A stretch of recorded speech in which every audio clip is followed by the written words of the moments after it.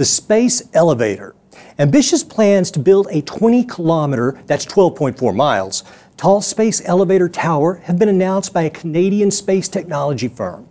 Thoth Technology says its Thoth X Tower will make a major cost reduction in space flights by reducing the first leg of space travel that requires massive fuel consumption, and that's true. Thoth Technology has been granted a United States patent for the elevator, which will be pneumatically pressurized and actively guided over its base. It would stand more than 20 times higher than the world's largest man-made structure. That's gigantic.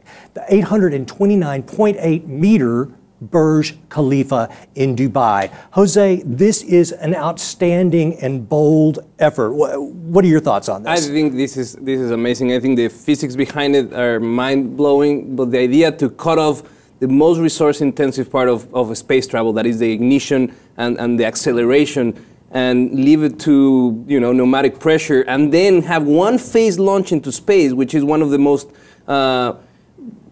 constraining aspect of space travel, is that we have different space stages, and we leave and lose a lot of components of the rockets as we move on the stages. Now, getting to space in one stage, it's amazing. Now, how viable is that they're actually going to pull it off? This is going to be difficult. Now, clearly, something that is 20 miles tall is going to have a great deal of architectural issues. So you've got to build something. It's very, very narrow, although it's going to look huge to us, and it's going to stand 20 miles high, but that's also got to withstand storms, hurricanes and such. So the way they are doing it, they're creating this thing out of stacked rings of Kevlar cells, which are going to be inflated with helium or hydrogen. It's going to be at a very high pressure rate, a high PSI.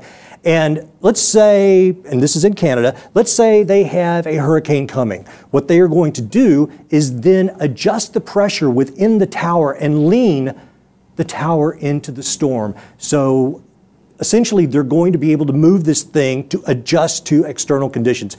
It is a great idea. I don't know if they'll be able to do it. What they're trying to do, what their immediate hope is that someone like Google, SpaceX, European Space Agency will come on board and license the patent to build it. So right now, their primary hope is that within 3 to 5 years, they can build a prototype of the tower, which will be much smaller, but a demonstration of concept. And again, for me, this is one of the most remarkable things that are happening right now in the space travel, is the fact that it's private companies and not necessarily state agencies or nations that are at the forefront of the technology. Now we completely privatize space innovation, and I think that's a good thing, because we'll see that there'll be resources. We have tech billionaires pretty much devoting their fortunes to making sure that we are able to live in space and habitate space. I think we have plenty of very, very thrilling discoveries ahead.